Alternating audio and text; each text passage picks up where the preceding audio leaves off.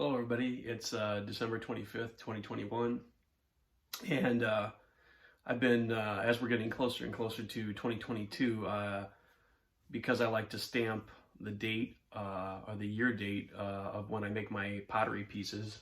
For example, see if I can see it on some of these. I can show you some of these. Hold on, let me turn on some light here. Some of these.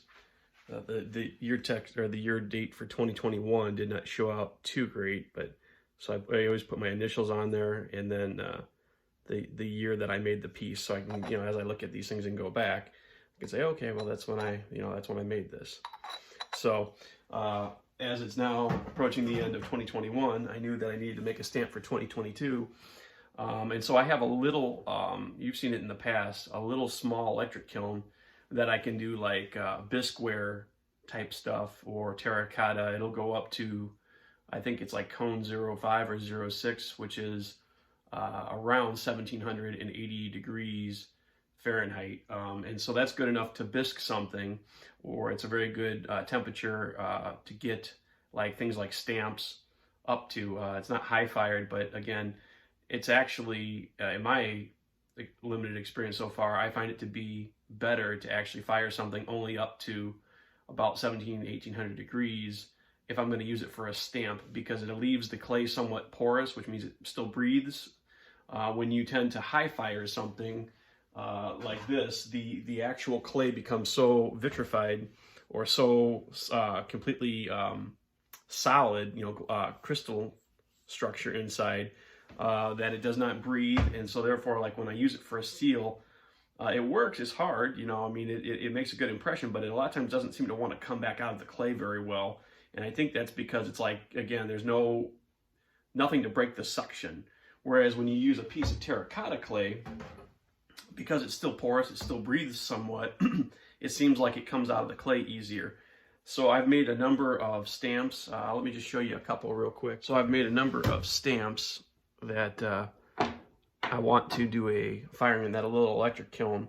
So just to show you a few of them, I've made a lot of these like rolling wheels to decorate my pots with. This one I actually made.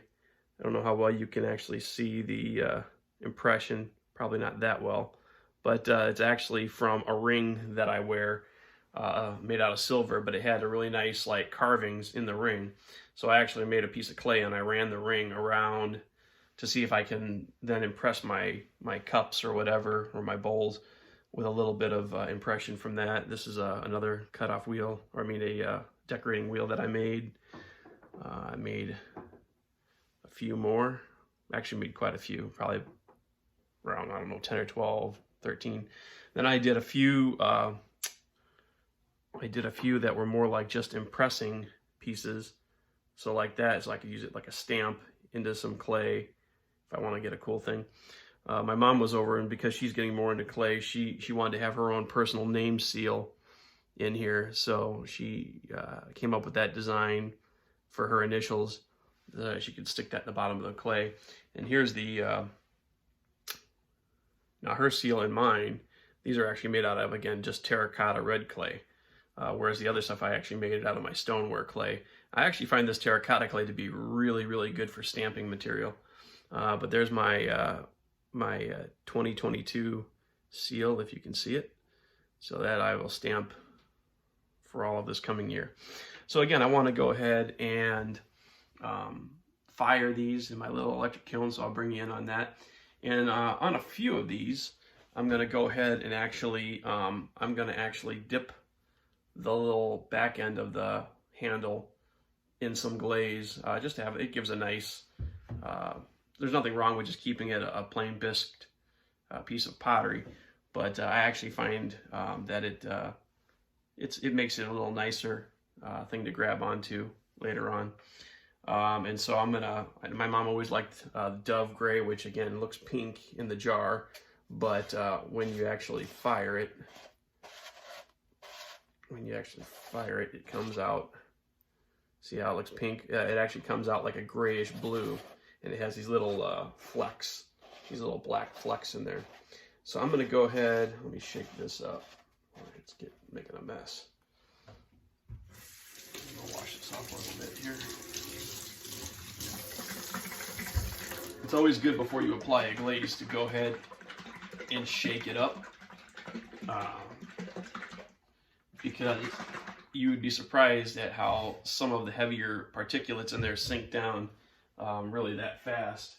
Let me get a paper towel here so I can dry off my hands. Man, I made a mess.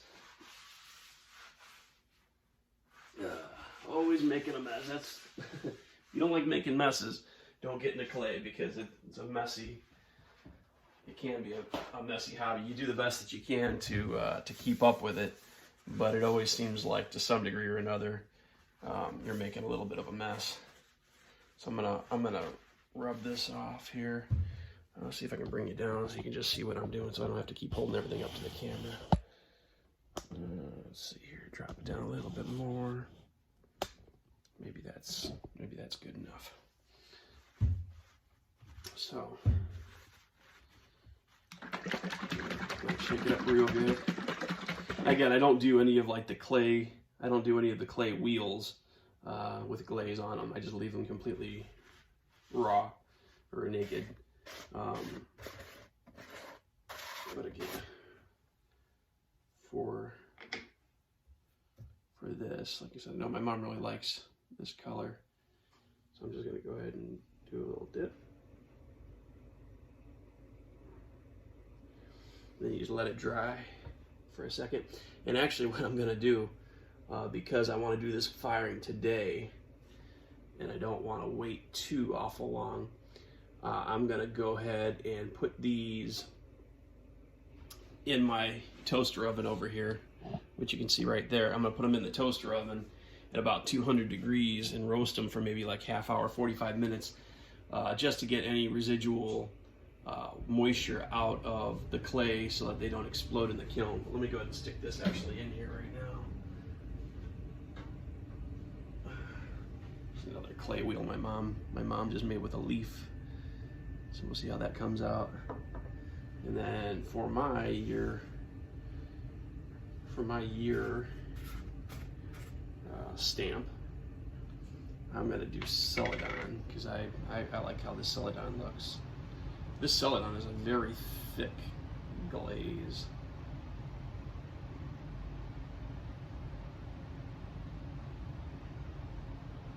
So I just dip that in.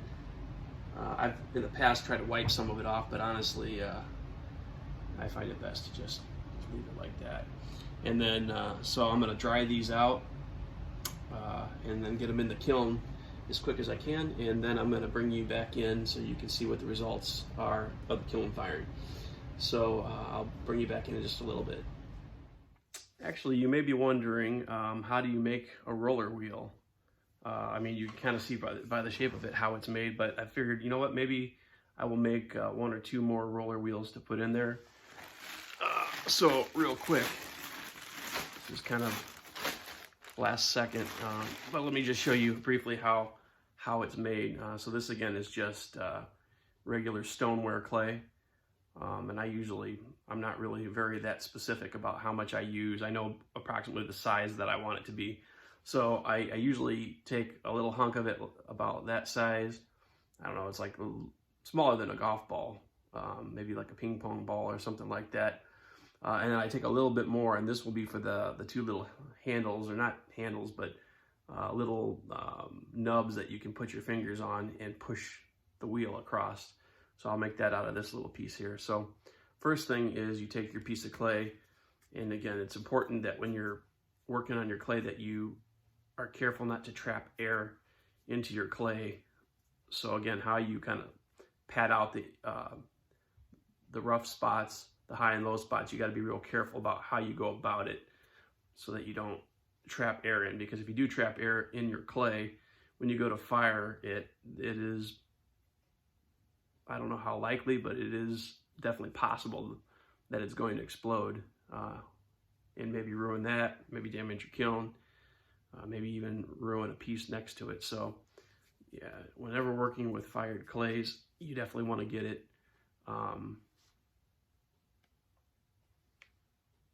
de-aired, for lack of a better word. So then again, these is the clay that I'm going to use for the little small nubs. I'm just going to take that and kind of just divide it in half. And again, you don't need much for these. In fact, sometimes I've noticed that even like these little handles I'm making are maybe a little oversized. But they're fun because, again, you know, there's textures all around you. If you look at whatever, again, one of the textures that I got off of one of the roller wheels was actually the texture off this flashlight. You know, I just took it and I rolled it around and got the impressions from the flashlight. And I said, I've noticed that a lot of my rings that I wear tend to have carving into it. And so here's a couple more, and I'll make these wheels with these. These are 2 other rings that I have that have some sort of texture embossed into it. And so we'll try it and see how it comes out. Again, it might be kind of subtle. I'm not sure. I've never used rings before, but I've always liked some of the carvings that are on these rings. And so I said, well, if I can get it to actually transfer it to the clay, that might be really neat. But, you know, you can just find textures just from all kinds of different things around you. So again, when you roll out the 2 little nubs for the handles, they should be about the same size, and you see they pretty much are. And then what I do is to shape them a little bit, I just kind of move them around, and I'm kind of pressing with these fingers as I'm rotating it. And I'm trying to basically turn it from a ball now into more of like a cone. And you'll see.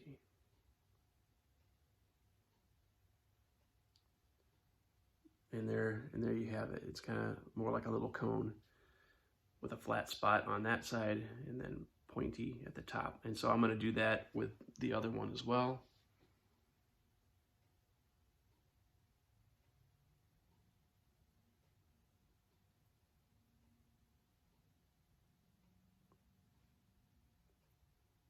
There we go. So now you should have 2 kind of cones that are roughly the same size and shape. Again, if they're a little bit off, it's fine. Now, we take the main lump of clay that we had here, and we're going to turn that into a disc.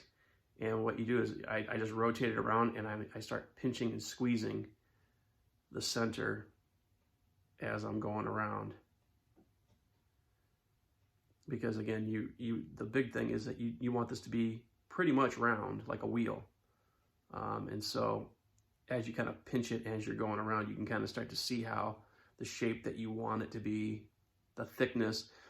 As a general rule, even though I think thicker bands probably look a little nicer than some of the thinner wheels, the thicker it is, the harder it will be to get a good impression into your clay.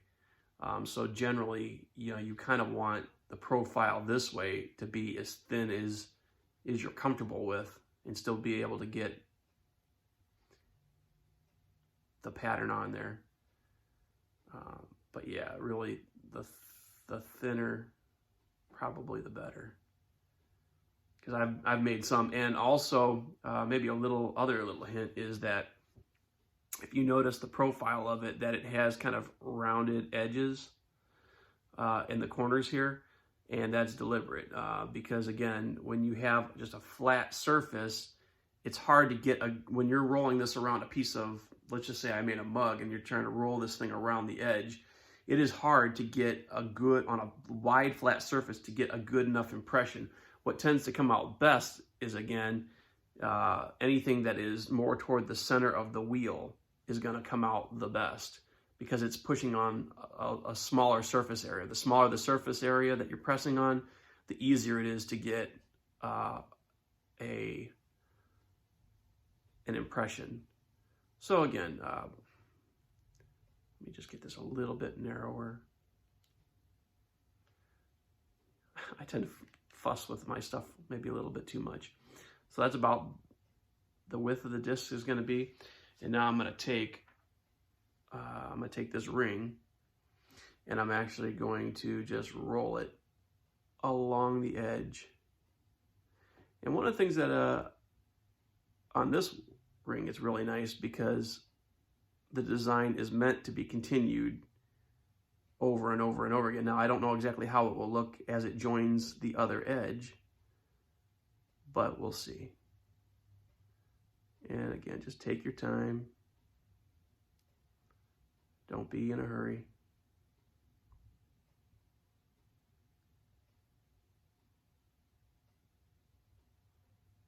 Now, so I'm done. I don't know how well you'll be able to see. Maybe if I use the light here a little bit better. Sorry about the lighting in here. But I was able to get an impression, a pretty decent impression. And what I will also do a little bit is that I tend to, with some of these, I'll put them in the toaster oven to start firming them up, and then I'll actually bring it out and I'll re-impress a little bit, and sometimes it's helpful. It is kind of hard to get a smooth impression all the way around. Sometimes you tend to push maybe a little bit more in some areas and not as much in others. But I noticed that a lot of these patterns, they tend to be pretty forgiving. That, like, let's just say there's a little bit of unevenness where one pattern meets the other pattern. I don't seem to be able to pick it up too easily when I'm looking at it. So, like, sometimes I'll, like, if I see a spot like this where I don't see the pattern as thickly as I want to, I won't even really worry about where on the pattern it was and try to match it. I'll just roll it over, and I'm finding that it looks fine. You really can't see where the one meets the other. But there we go. That's pretty much, sorry about the lighting again, but that's pretty much the pattern that I'm going to get on here. And then, so now the next step is to take this, and you got to attach the nubs. So what I do is I have a little tray of water right here, and I'm going to dip my finger in the water. Let me see if I can get a little better light in here. I'm sorry. I wasn't really planning on shooting this, but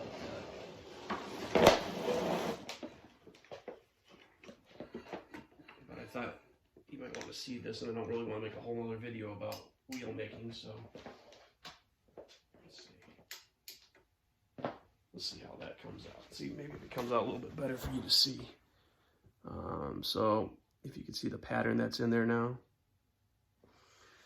So again, I'm going to just wet my finger, and I'm just going to scratch. Just going to scratch a little bit in there. You definitely don't want it too dry. Now, this is really soft clay, so they seem to join real easily. The more dry your clay is, the more you really got to make sure that you get enough water. Basically, you're kind of making your own slip by scratching your nail in the water, and then on the clay, you're making some slip to join the two. Slip is like the glue of the ceramic world. And then I also tend to take the nub and do the same thing. Get a little water on it and just get it nice and wet. Then you want to take and you want to press, get it, as best you can. It gets kind of slippery when your fingers are wet like this, but you kind of want to use some of your force and kind of try to push it real good to adhere.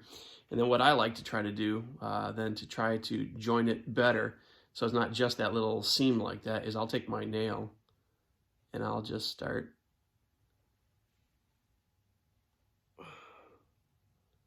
going around the wheel and just, sorry, I'm not used to doing this for a camera, so I'm sorry if I'm kind of going all over the place.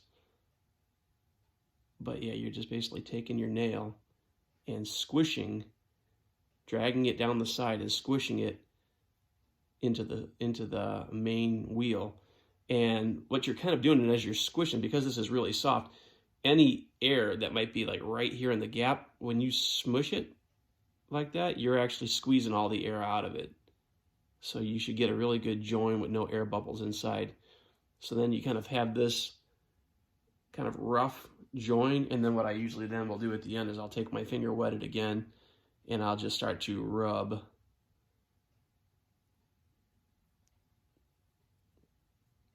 And again, you got to be careful how you're handling it. You don't want to touch the sides. So, I'm really touching like only this side and the top, trying to be very careful not to mess up the decoration that I already have on there. Some people will do this, wait a little while and do it leather hard, but because, again, I want to get this firing in today, I'm just going to hurry up and do this. Again, it just has to be functional. It doesn't have to be pretty. As far as the nubs, again, you know what really anyone's ever going to see is this texture that is impressed on the wheel. So again, I'm going to sit here now real quick. I'm going to flip it. And I'm going to do the same thing on the other side. And then I'm going to hurry up and I'm going to get these bad boys in the toaster oven.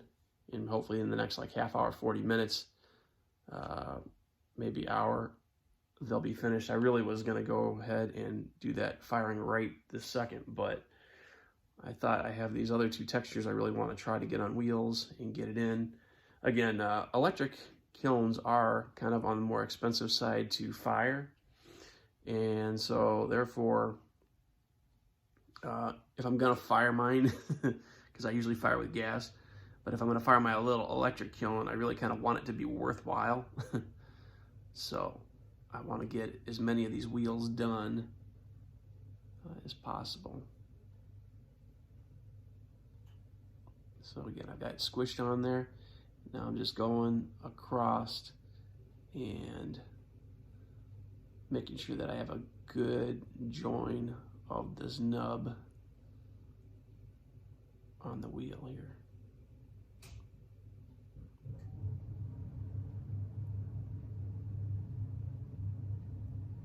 Again, you're just mainly trying to get all the air and all that out. Okay, so that's done. And now start to use your finger here and smooth out where you did the joint. Oh, I actually felt a little air squirt out of there, so that's good. Got that out.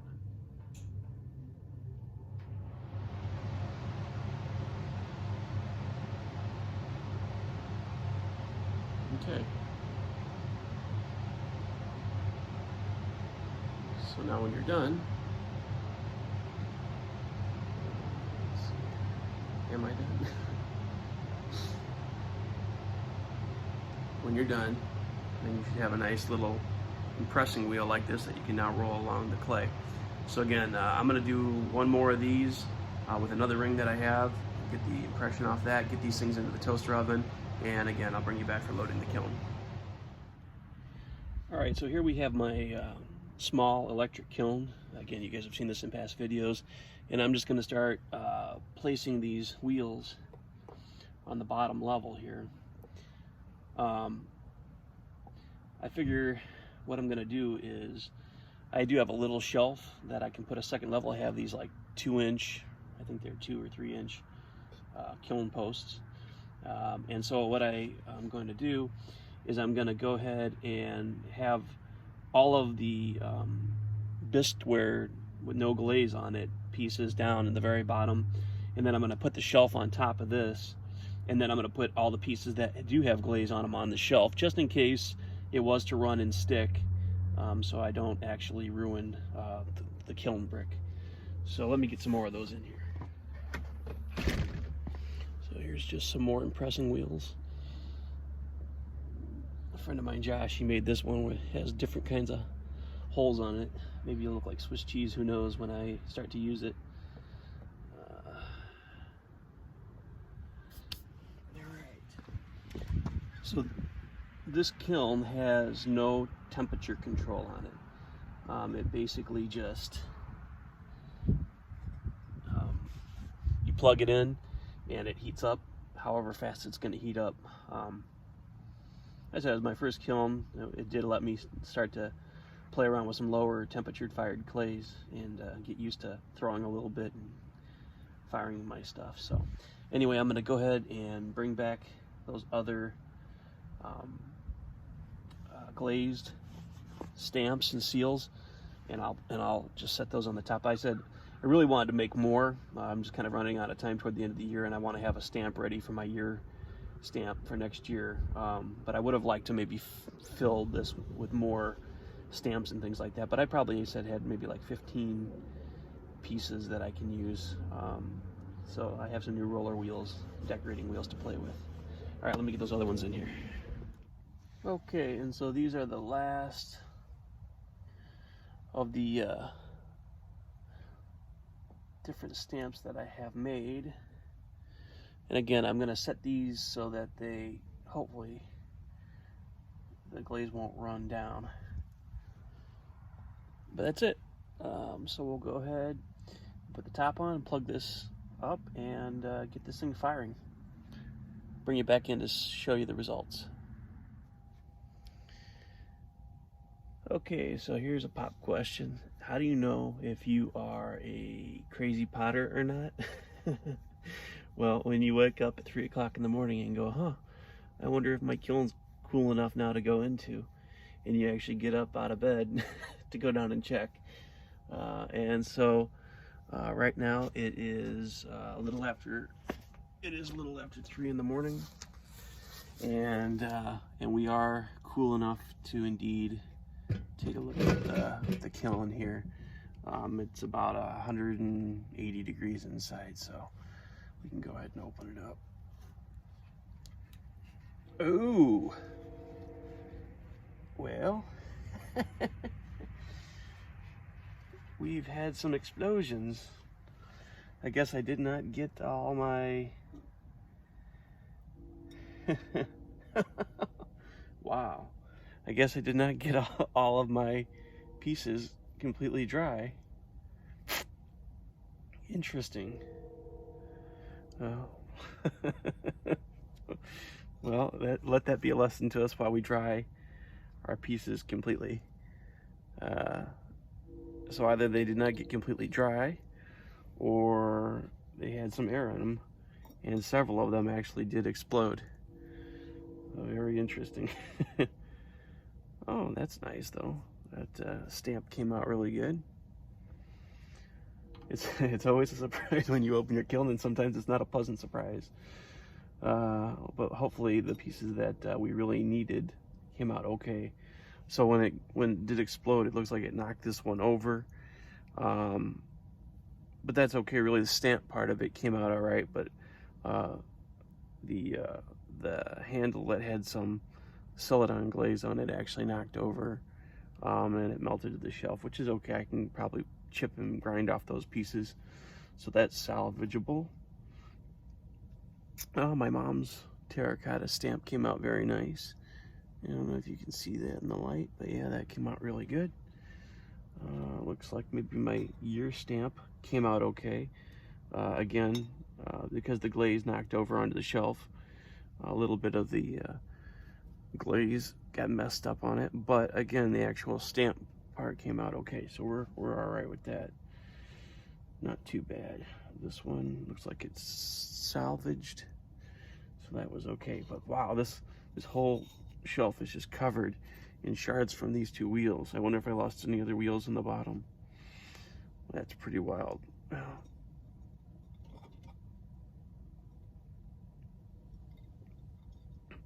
And looks like, very fortunately, it was just those 3 wheels that must have not been completely dry, because all the wheels on the bottom look like they came out okay. That one came out good. That one came out good. So it's just a couple of them. That one came out really nice. Yeah, all the ones on the bottom came out very, very nice.